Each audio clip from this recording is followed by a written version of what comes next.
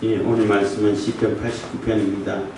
시편 89편, 언약을 지키는 주님의 성실하심을 노래하면서 그 언약의 회복을 간절히 탐험하는 그러한 기도라고 말할 수 있습니다. 89편은 그 제목에 보면은 에스라인 에단에만 쓰기를 했는데, 그 에단이라는 사람이 이 88편에 보면 또 에스라인 헤만의 맞쓰기를 이게 똑같은 에단이고 헤만이고 한데 형제이거나 아니면 친족일 거다 이렇게 생각합니다. 근데 88편은 개인적인 그러한 너무나 분한 가운데서 해결되지 않는 그러한 고통이 너무나 힘들어서 하나님께 간절히 호소하고 끝까지 하나님께서 이렇게 해결해 주심을 이렇게 장담할 수 없는 그러한 탄원이라고 말할 수 있으면은 89편은 민족을 이스라엘 민족 또 유다 민족이 그 나라를 잃고 완전히 해파당하고 다 버려지고 우선거리가 되는 그런 상황에서 하나님의 성실하심을 또 믿고 하나님께서 세우신 그 언약이 있는데 그 언약을 기억하셔가지고 회복시켜 주십시오 하고 기도하는 것입니다. 그래서 에스라임이라 그러면은 그 다윗 솔로몬 시대 때 이 시대 때 사람인데 지금 89편 내용으로 보면은 아마 바벨론 포로가 되고 다 성전이 해파되고 다 포로로 잡혀가고 왕은 두 눈이 곱혀서 잡혀가고 이러한 정말로 비참한 상황을 경험하고 또 주변에 있는 나라들이 다 조소하고 조롱거리가 되고 이런 상황을 목격하면서 이런 단원의 기도를 드리지 않았을까 이렇게 추측을 하고 있습니다. 그래서 이게 에스라인 에단의 후손 중에 같은 이름이 또 여러 사람이 있죠. 특히 외국에서는 같은 이름을 계속 쓰다 보니까 루이 14세까지 이렇게 되는데 14번째 대까지 루이라는 이름을 쓰는 것처럼 같은 이름 여러 번 쓰기도 하잖아요. 그것처럼 이 에스라인 헤만의 후손이 중에 또 같은 이름을 가진 에단이 이렇게 이스라엘의 패망을 목격하면서 쓴 것이 아닐까 이런 생각을 하게 된 것입니다. 그래서 89편을 보면은 89편은 1절부터 이렇게 18절까지 보면 하나님의 성실하심, 그 하나님이 얼마나 전지전능하시고 성실하시고 성실하게 이렇게 그 언약을 지키시고 또 그 언약을 지키는 데 있어서 하나님께서 얼마나 잘 보호해 주시고 언약의 백성들을 또 언약의 백성들은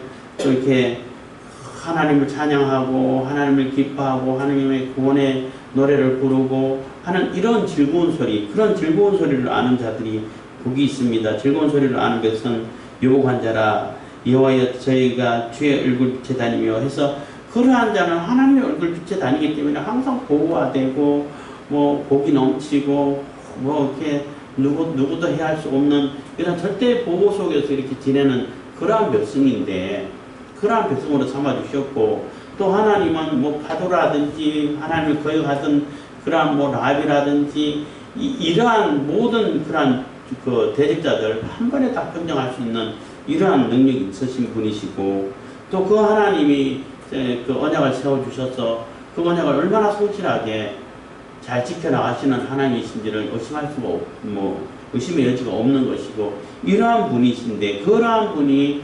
19절부터 37절까지는 다윗과 다윗 후손에게 다윗의 언약을 주셨다는 거예요. 다윗에게 너의 자리를 영원히 이어갈 수 있게 해주겠다. 그 다윗의 위가 영원하게 해주겠다고 이렇게 약속을 해주시고 또 다윗 같은 경우는 주변에 있는 나라들을 다 제압하고 패권을 장악하고 그래서 뭐 어떤 나라보다 더 어떤 위에 세워서 하나님의 장자처럼 이렇게 세워주시고 그 약속을 이어가게끔 약속의 기반이 되게끔 해주셨는데 뭐 그것이 또 그 약속이 뭐 하늘의 뭐 해처럼 달처럼 뭐 절대 변하지 않는 그런 언약인데 그런데 문제는 뭐냐면 지금 그렇게 확고하게 세워주신 그 언약이 지금은 다 이게 그냥 파괴되어 버린 것처럼 하나님께서 다 버리셨다는 거예요. 이스라엘을 다 버렸고 관을 그냥 호서 땅에 던져버리고 또 이웃 사람들에게 소년들에게 날이 얼마나 단축한지 이런 표현도 나옵니다만은 너무나 짧게 해주시고 그냥 아무도 돌보는 자가 없는 부하처럼 그래서 많은 주변의 나라들이 또 다 유린하게 만들고 그래도 돌아봐주지 아니하시고 이렇게 됐다는 겁니다. 다윗의 약속을 해주실 때는 다윗과 약속하실 때는 이렇게 영원하게 해주시겠다고 약속하셨는데 만약에 하나님 말씀 듣지 않으면은 막대기로 지팡이로 이렇게 징계를 해가지고 돌이키게 하겠다 채찍으로 제약을 징계하겠다 이렇게까지 했지 완전히 버린다고 하지는 않았지 않습니까? 이런 얘기를 하는 거예요. 근데 지금은 보면 완전히 버려서 완전히 그냥 멸절시켜버리고 완전히 그냥 뭐라 그럴까 그 종이 사라지는 걸 뭐라 그랬죠? 멸종은 그러니까 멸종시켜버릴 정도로 그런 마음을 먹지 않았나 할 정도로 너무나 비참하고 말로 다 할 수 없는 이러한 상황으로 몰아가가지고 그런 경험을 한다는 거예요.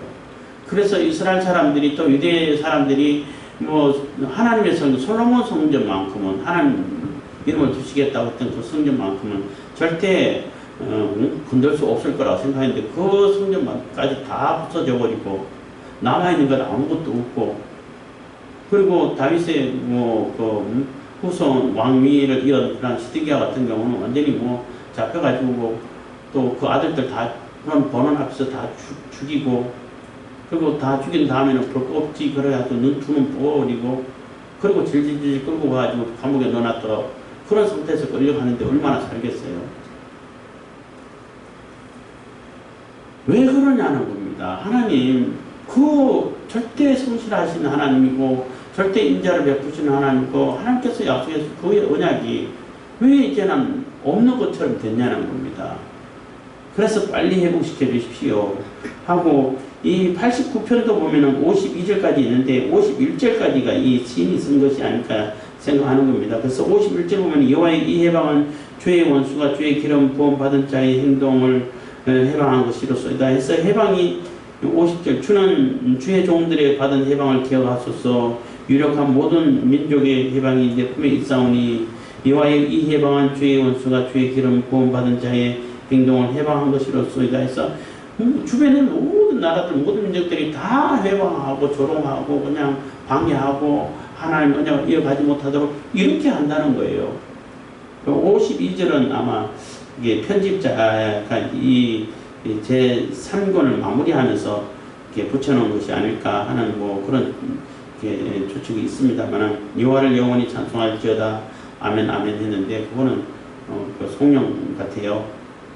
그래서 이 89편도 88편처럼 88편은 처음부터 자기 고난을 좀 얘기했습니다만 하나님의 언약이 굳건하고 영원하고 하나님은 모든 능력을 가지신 분이시고 모든 존재들을 다 이렇게 제압하고 그들의 그 침략에서 그들의 해방에서 그들의 어떤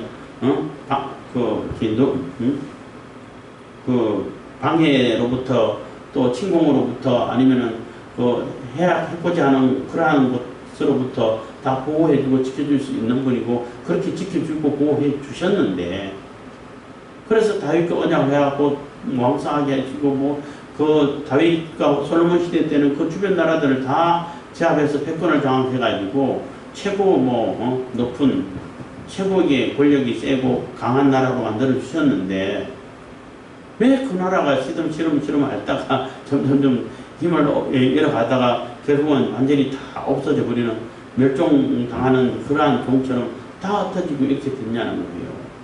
그래서 하나님께서 이런 말로 다 할 수 없는 이 회방과 고난과 이 괴로움을 보시고 빨리 좀 회복시켜 주십시오. 빨리 이렇게 건져 주십시오. 하나님께서 그 하나님이 지금 우리를 보시고 우리가 얼마나 지금 위급한 상황에 있고 얼마나 참 절체절명의 상황이 가져 있는지 이러한 그 탄원을 하면서 빨리 회복시켜 주십시오. 이 해방을 좀 알아주십시오. 하고 기도한다는 것입니다. 물론 이 시인이 제사장 계열에 있는 시인일 것 같습니다만은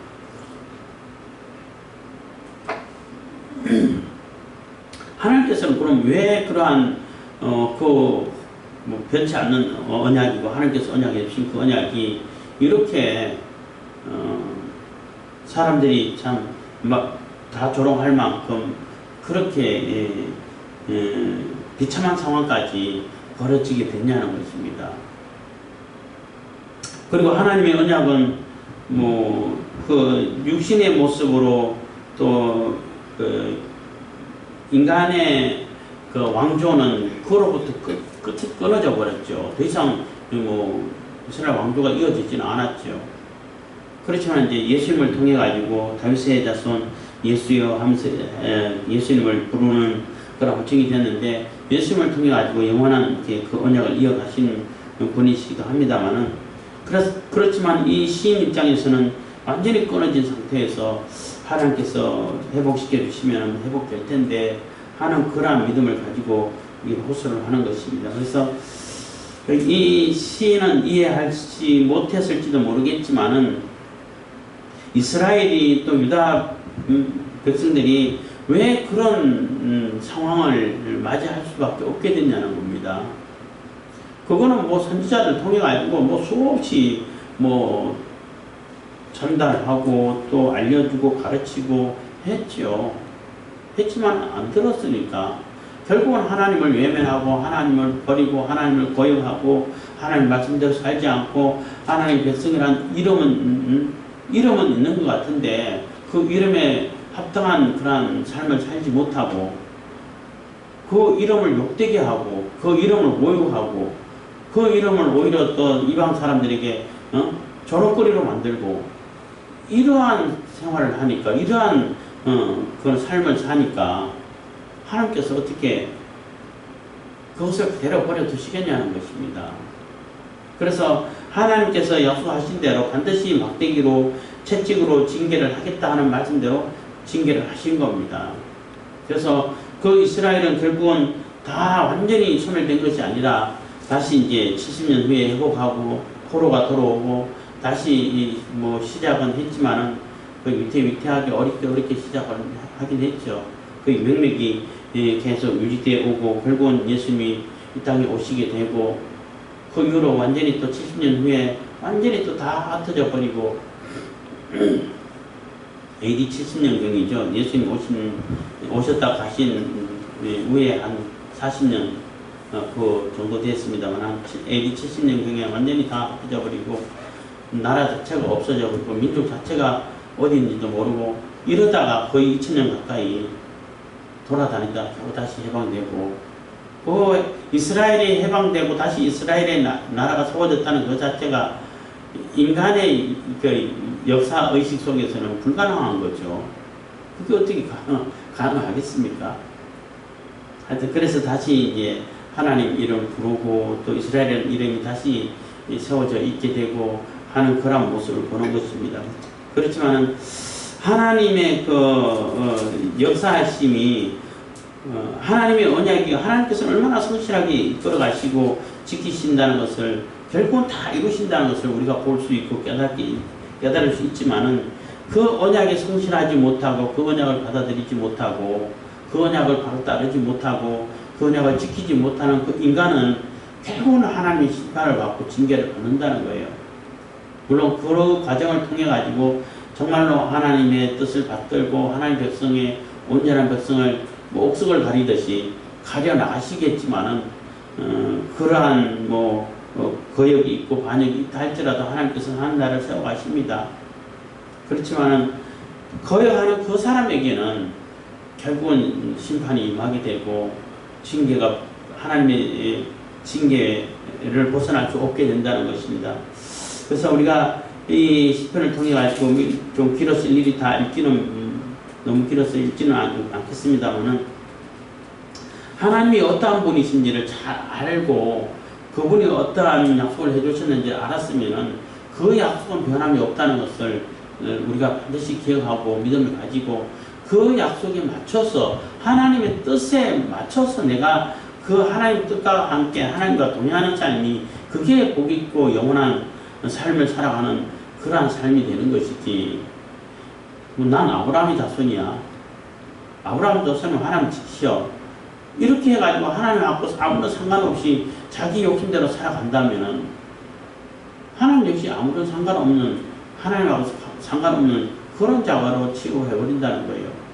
아브라함 자손이 물론 언약은 이삭이 언약을 이어받고 이삭과 야곱을 통해 가지고 그 하나님 언약이 이어져 갔겠지만은 그래도 지금 아랍 사람들이 다 아브라함 자손이에요.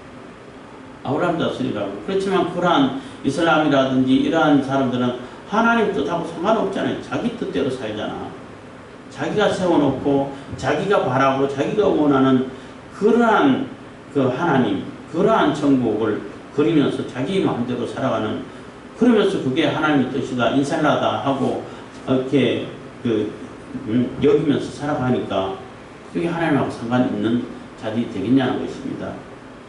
그래서 이 89편에 있는 이 시인이 정말로 간절하게 탄원하고 하나님께서 그 언약을 생각하셔가지고 다시 그 언약을 회복시켜 주십시오. 우리가 너무나 큰 어려운 가운데 있고 해방 가운데 있으니까 그 해방을 기억하셔서 다시 회복시켜 주십시오 하고 간절히 기도하는 것처럼 우리도 그 하나님께 기도하면서 우리가 한 사람 한 사람 다시 하나님께로 들어오고 하나님 뜻을 받들어 살아갈 때에 그 언약이 그대로 우리에게 적용되어져 간다는 것을 기억하셔야 된다는 것입니다. 그러지 않고 우리는 그냥 이름만 하나님 백성, 아니 이름만 기독교인이고 무늬만 기독교인이고 하는 것은 전혀 하나님하고 상관없이 살면은 그 사람 역시 하나님하고 상관없는 사람이 된다는 것입니다. 그래서 하나님의 심판은 하나님의 언약은 틀림없이 이루어져요. 이루어지지만은 그 언약이 우리가 참여하는 자가 되냐, 그 언약을 받들어서 계속 이어가는 그 하나님의 기업이 되는 자가 되냐, 그러지 않고 하나님께서 버리시는 자가 되냐라는 것은 우리의 삶에 달려있는 것입니다. 우리가 하나님을 받아들이고 영접하고 예수님을 영접하고 하나님 말씀대로 복음을 따라서 하나님의 언약을 따라서 하나님의 계명을 따라서 살게 되면은 우리가 하나님 백성으로서 영원한 삶을 그 언약을 이어가는 것이고 하나님께서 그 언약을 회복시켜 주시는 그러한 은혜를 입을 수 있는 것이고, 그러지 못하고 계속 그때 그 이스라엘 사람들이 착각했던 것처럼 성전이 있으면은 예루살렘 성이니까 또 하나님이 이름이고 내가 아브라함의 육신적인 후손이니까 나는 하나님의 백성이야, 이런 착각을 하게 되면은 하나님의 심판을 면할 수 없게 된다는 것입니다. 그래서 우리가 하나님이 함께 하심을 늘 이렇게 경험하면서 또 성령의 충만함을 받고 성령의 인도함을 받고 성령의 이끌리심을 따라가지고 살아갈 때 그게 온전한 하나님 백성이 되고 또 즐거운 소리를 하는 자가 된다는 것입니다. 그래서 온전한 하나님 백성으로서 하나님의 언약이 계속 우리에게 적용돼서 이어져가는 그러한 저와 여러분들 다 되길 바라겠습니다. 기도하겠습니다. 사랑해 주시면 감사합니다. 이 시간에도 은혜와 복을 주시는 감사드립니다.